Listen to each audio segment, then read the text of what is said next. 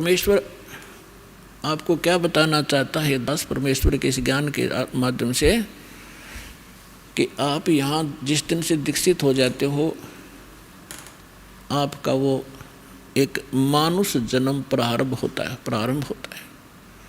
उससे पहले आप मनुष्य शरीर अवश्य था, लेकिन कर्म मनुष्य के नहीं थे। सभी सद्ग्रंथ, सभी संत और खुद परमात्मा आकर बताते हैं कि परमात्मा इस मनुष्य जीवन की प्राप्ति आपको केवल परमात्मा प्राप्त करने के लिए और जरा और मरण के संकट से छुटवाने के लिए ही प्राप्त होता है। आपको ज्ञान संपूर्ण होता नहीं, और संसारिक लोगों से जो ट्रेनिंग आपको मिलती है उसमें दृढ़ हो ही जाते हो। कोठी बना ले बेटा, उस लड़के ने देख ले थोड़े से दिन हुए नौकरी लगा था और 2 कोठी बना ली, तो हमारे वो इंजेक्शन लग जाते हैं। हम फिर वही टारगेट लेकर आगे चलते हैं नौकरी में या कोई बिजनेस में। कोठी बनाऊं, प्लाट लूँ, कार लूँ बढ़िया सी, और 1 मिनट में मृत्यु हो जाती है और कोठी कार धरी धराई रह जाती है। कबीर साहब कहते हैं राम नाम कड़वा लगे, राम नाम कड़वा लगे, ये मीठे लगे दाम, दुविधा में दोनों गए, भाई माया मिली ना राम। पुण्यात्मा, इस अध्यात्म मार्ग से जब आप परिचित हो जाओगे, आपको कोई किसी प्रकार की भी शंका डाउट नहीं रहेगा। जैसे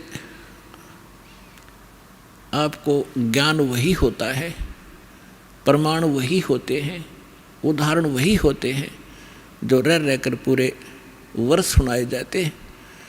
और आपकी आत्मा को ये ज्ञान और ये प्रमाण कितनी बार सुने उतनी बार अच्छे लगते हैं, तो आप स्वस्थ हैं।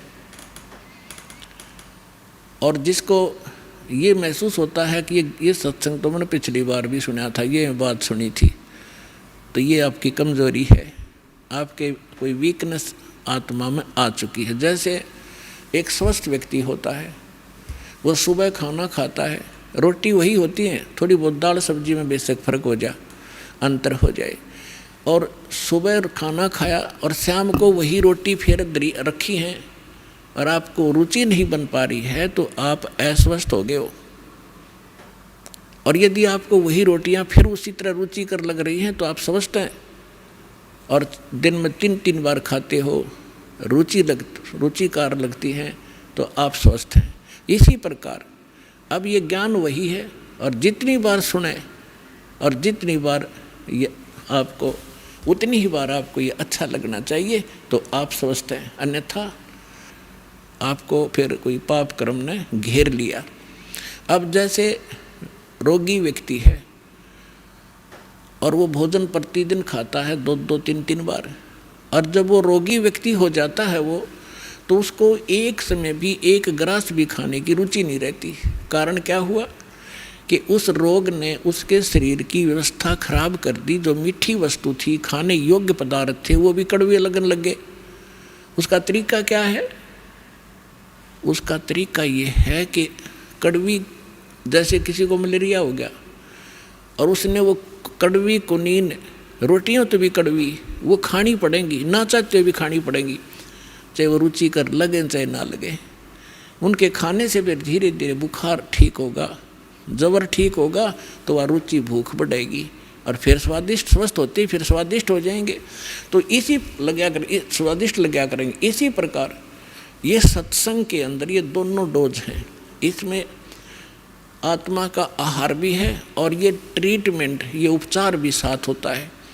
जैसे कोई भक्त सत्संग सुन रहा है और ये मन में आता है कि तो पहले भी सुना था, तो बेशक आप ना चाहते हुए भी उठकर नहीं जाना चाहिए, उसको बार बार सुनना चाहिए। थोड़ी सी देर में आप देखोगे ओहो ये तो ठीक सी लगन लाएगी, तो उस ये कुनीन का काम भी करेंगी। ना चाहते हुए भगवान की महिमा को सुनते ही रहना चाहिए और ना चाहते हुए भक्ति जैसे मंत्र करने लगते हो, रुचि सी ना बनती, ना बनन दे। एक बार मंड जाओ करडे से होकर मन भागन दे, दूर थोड़ी देर भागेगा फिर आप पे सेट होगा। इसी प्रकार परमात्मा कहते हैं कबीर हरि के नाम को हिज बजो चाहे खज, उल्टा सुल्टा उग ही खेत पड़ा जो बीज।